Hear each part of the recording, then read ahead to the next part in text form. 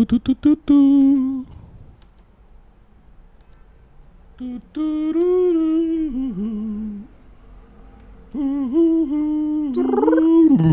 and gentlemen, this is JoeJinMovieSoAwesome. I'm Joe. I'm Won-Jin. Now we're going to talk about Penguin Season 1, Episode 5, available on HBO Max. Full spoilers for this series. And Matt Reeves, the Batman. You have been warned. Full spoilers, full spoilers. Please come back later after you watch it. Here we go. Yo, man, this... I like the short break we're taking in this episode. Yeah. Yeah, and we get a lot of introspection, reorganizing of the chess pieces.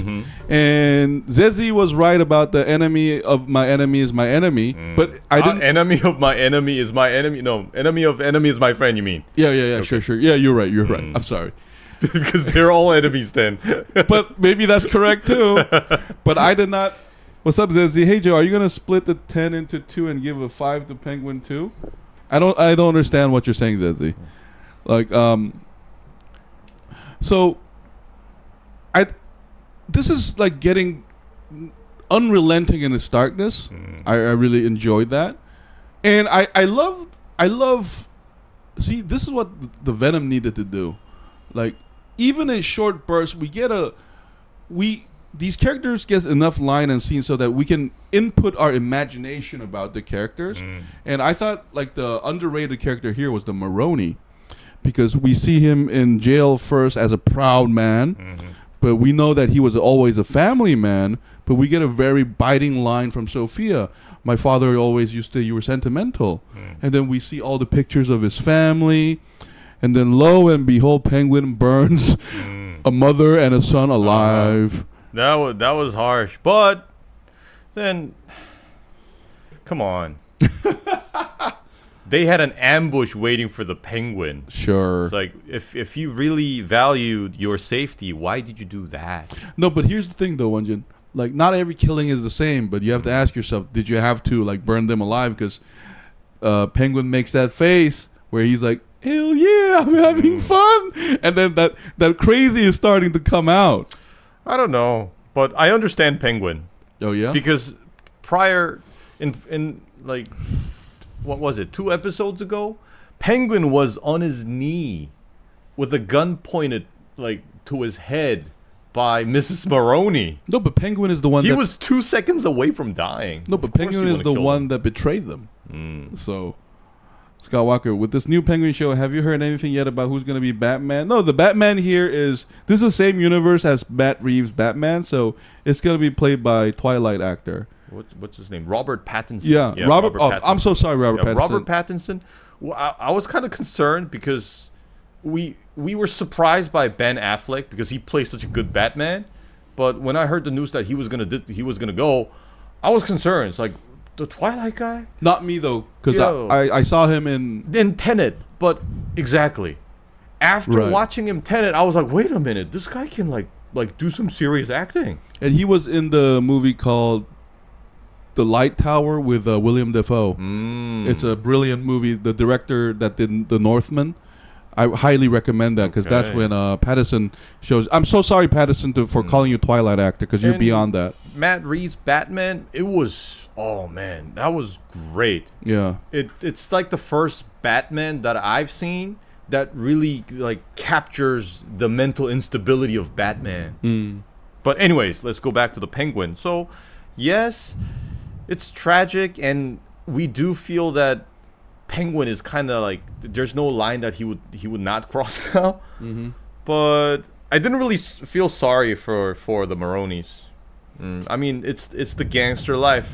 That's true. It's what you gotta be ready for. He was eating that gun barrel. Scott Walker, who do you think is more scary now and more deadly, Joker or the Penguin, because he killed and burned a family? Well, I would say Joker's still more scary. No, but Walker no, but you got to remember there are different iterations of this character, and in this universe we haven't seen Joker yet. I mean, we got a tease from the movie, and I know there's a deleted scene of him, but that doesn't count because the director didn't put it in. So because I think Joker's more evil, because that guy is like, I mean, in Christopher Nolan's Batman and his Joker, he basically represents chaos. There's no order at all in the Joker. And what's more evil than that? But that is what they do. They're criminals. Yeah, sure. But I don't mind the character, like, but I'm just talking about Penguin enjoying it. He looked like he enjoyed it. It wasn't a business. It wasn't just business for him. He enjoyed burning them alive, and he had that power trip face that he made when he killed Alberto. So my question is, Penguin as a character, when is he gonna wear the iconic hat he does, the British gentleman hat? The top hat. Yeah, and then everything, and then cane. I think we're getting there, and then I like that. I also love Sofia because I did not expect her to just shoot John Vitti like that, and then I also love her writing is the best because when she's not Donna Falcone, she's Donna Gigante, and then I like how she looks at the mother's code and names that. And just her whole symbolism, like, it's such for a criminal world, she's so anti-patriarchy, and that's a very good point, because I thought by executing Johnny Vitti on the table like that, I think that kind of symbolized the execution of patriarchy, like you said. But it kind of made me wonder, is that the whole reason why she kept him alive, so she could shoot him in front of other men and keep them in line? Or was that like a spontaneous thing? No, but she kept John Vitti alive because John Vitti told her where Carmine Falcone hid the money, and then he kept interrupting her, and then it just, okay, it's my chance to show I'm a serious person. Not only that, I gassed my whole family, and I like and again, her dress code is amazing. The boss clothes, and the fur coat. Yeah, her proudly showing her scars, and then even her dialogue with Maroni was so powerful because she is just more sympathetic than Penguin at this point for me, because my dad says sentimental is weakness, but that's your strength, isn't it, Salvatore? So like she's very good at manipulating people. But not like Penguin, where Penguin is just thinking. I get the sense that Penguin is a guy who lived for today. He doesn't really have a grand plan. He just basically improvises all the time. Right, like you said last time. But Sofia, obviously, she has more strategic elements. Like, she's more of a strategist, like her father. She sees the bigger picture. And like Zedzi said before, she makes the logical alliance.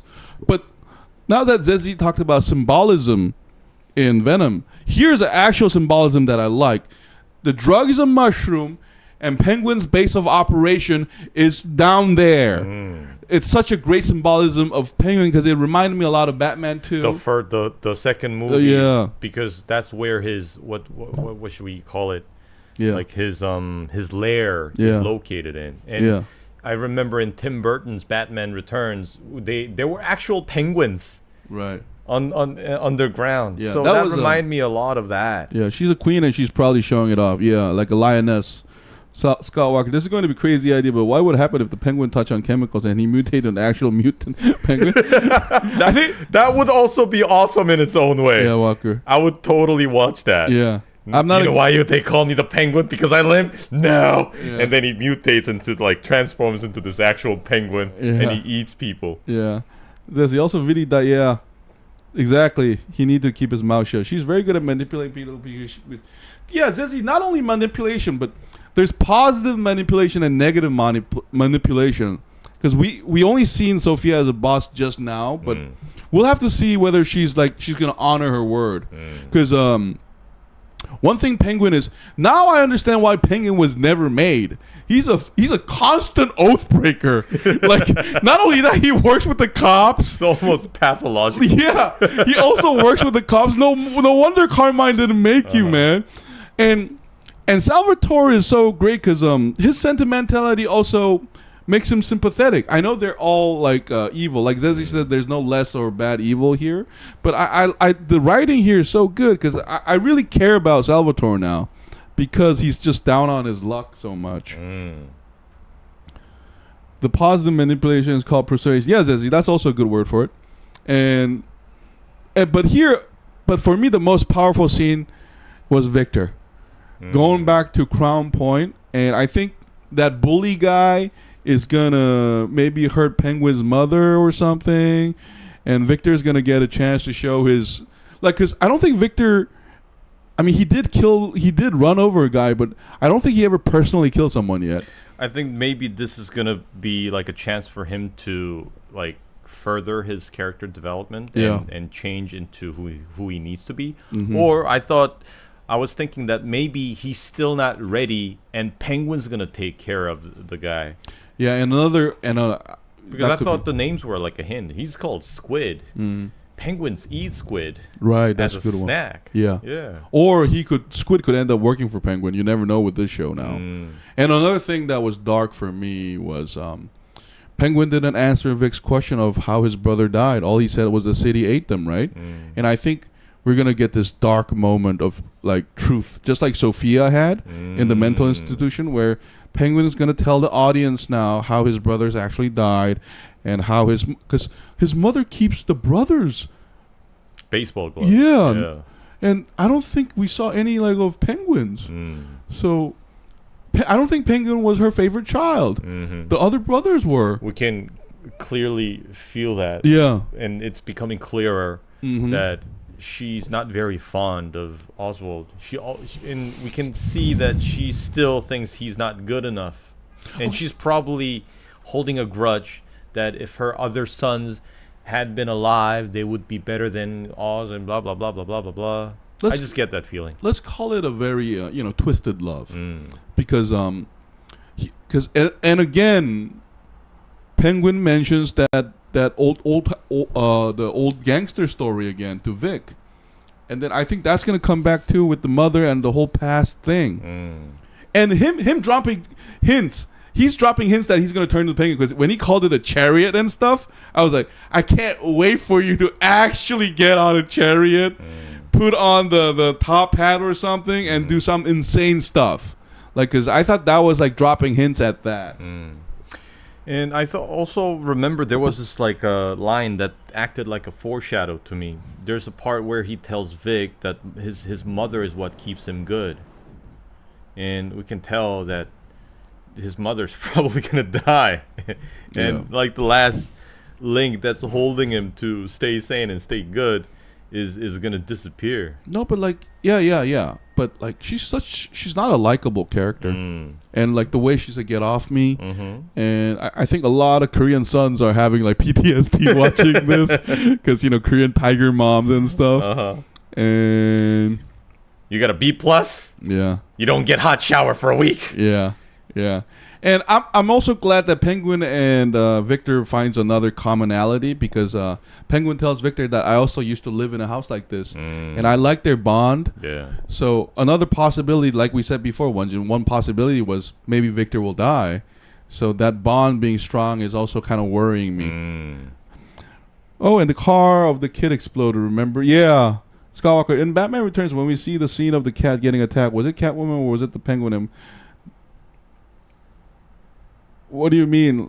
I think Catwoman got attacked by cats, and then she is reborn in that movie. Oh, she was attacked in the movie, she was pushed out of a building by Christopher Walken. And she was supposed to die, but then all these like stray cats come and they lick her. And she kind of comes back alive, and then she now has like 9 lives or something. Right. That's what happened. Yeah. But that wasn't comic book accurate up to that point. So that was a bold vision by Tim Burton. Yeah, with his dad inside. Yeah, ZZ. Oh no, ZZ, you're I think you're talking about like a different show. Because that's what happened in Tulsa King. Are you watching it? I downloaded it. Yeah. Oh. But anyways. Legally. Anyway. Where the fuck was I? Skywalker. No, I mean the scene where we see the baby in the pram and the cat gets attacked in the start of the movie in Batman Returns. Oh man, we gotta rewatch it again. I hardly remember. I confused the kids. Ha ha ha, ZZ. No, but overall, this was a great break. Like, I wouldn't call a mother and son gangsters, by the way, burning alive a break. But like after the previous episode, this was a great episode of positioning everybody where they were, and I enjoyed the overall, less excitement over it actually, and I can't wait to see Sofia and Salvatore against Penguin, because Another thing that I find interesting is how much Penguin is like the Batman. He's so for the people, and that's how you become a tyrant, right? That's right. Like, yeah. And speaking of similarities, Batman has his Bat Cave. Now he's got his own cave. Yeah. Penguin he's got his Penguin Cave now with his Robin. And it's so funny how this show is such a great portrait of how like dictators justify their action, because started from the bottom, now we're here, and then Sofia uses a similar language, and I just find that interesting because you could almost argue like these are Batman potentials, but they chose the path of the darker path. Maybe because they have bad family, but that's never an excuse, right? So like I do love this Matt Reeves universe where they're very good at intertwining like social class, the system, poverty, wealth, and everything into the character's psyche. Yeah. And that's just done really well. And I like how that's done in a more subtle way than other shows. When it doesn't really need to be. And I got to give credit to the showrunner. She's a woman. I can't remember her name, but she obviously either had a great conversation with Matt Reeves and understood the source material and what to deliver, because Sofia as a powerful woman is very convincing, very convincingly played by Christy, and it's been so great so far. I can't throw enough praise on this. Although in this episode, like the moment where she puts that coat on and she rallies her soldiers, I thought it wasn't done as gracefully as the previous episode. Okay. It kind of felt comical in a way. I would put it this way though. This episode did feel like, out of all the episodes so far, because the editing has been so great so far, but this one was the weakest one in terms of editing. Because I think they did like jam in a lot of stuff in the episode. Oh, and I gotta mention one thing I really hated. I hate that psychiatrist guy, because now he was a psychiatrist. I don't understand like the logic behind him joining Sofia. It's not really it hasn't really convinced me enough to understand his actions. Very underwritten. And like the way he speaks and like the way he behaves and everything, it just reminds me of him playing Shades in Luke Cage. So yeah, that was kind of annoying. He was also in that biker gang series, and he was also like that kind of character. Because Penguin will manipulate them against each other, and they will fight like blinds, and Penguin will walk away. Well, his manipulation failed this time because Sofia said, "Me shooting you is what Oz wants, so I'm not gonna do that. Let's kill that son of a bitch." Yeah. So it kind of builds up the anticipation, guessing how Penguin will handle the retaliation of these two families. No, but if anything, Won-Jin, this show has proved that Penguin is the most dangerous when he's cornered. So I think that's going to happen here because he's being cornered. And his girlfriend leaves him. And it's another thing where that kind of thing happening to you kind of makes you lose faith in humanity and love. And then that's scary because when the girlfriend is so matter-of-fact about their relationship, that means Victor is the only one who's actually truly loyal to him, because even his mother is using him in a way. That's Remember right. last episode, if you're nothing, what am I? That's right. That's not something you say to your child. And here Victor, and even when she's moving into this apartment, she's very disappointed, and she makes it very clear that he's not delivering. But Victor says something so innocent here: ride or die, baby. And then I was like, hell yeah. Scott Walker, why didn't Michelle return to do Catwoman, the movie Arthur Batman Returns? Could I do a multiverse Catwoman? Maybe they would do that, but the problem is Michelle Pfeiffer already plays Ant-Man's mother-in-law. Right. So that's going to be an issue. Yo, Walker. Oh, no, wait a minute. That's Marvel Universe. This is DC. Yeah, they could do that. Because they already brought Michael Keaton's Batman back in the Flash movie. So why can't they do Catwoman with Michelle Pfeiffer? Yo, after watching Joker 2, this is my only hope. So let's trust Matt Reeves. Hey, so let's give a number grade, man. I would give this episode an 8. Me too. Yeah, because I thought it was weaker in terms of like we said, in terms of finesse of like the way the episode is done, the editing. Yeah. It didn't feel as cinematic. And like I said, the Shades guy, the psychiatrist, all these like actions, I did not kind of understand like why he's doing this. Yeah. So But it still was a very good episode, building up anticipation for what's coming next. And I love how like Sofia is further developed into this matriarch of this new crime family. Yeah. So I can't wait to judge with Won-Jin and y'all on the season as a whole. Guys, remember, guys, when we're grading an episode, we're just doing our impression after the watch, but we got to really get into it after the finale, okay? So I give it an 8. Won-Jin gives it an 8. Desi agrees. So JoeJinMovieSoAwesome gives it an 8. And Walker, let's talk about all that in just a bit. Thank you guys for tuning in. This has been JoeJinMovieSoAwesome. I'm Joe. I'm Won-Jin. We'll see you guys in a bit. Bye. Oh, and What's one up? more thing. I also enjoy Sophia's talk with the police commissioner. Oh. She knows who's boss. The police commissioner's casting was amazing. I love his voice, like the way he talks. Yeah. Smoker law. I'm sorry for your loss. Yeah. Give me money. Kickback. Give me money. Yeah. All right. Alrighty. See you soon. Yes, Desi. See you soon. Ba-dum-bum-bum. Mozart on a penguin. Jumping to the ice pole. Oh yeah. Get on a parachute.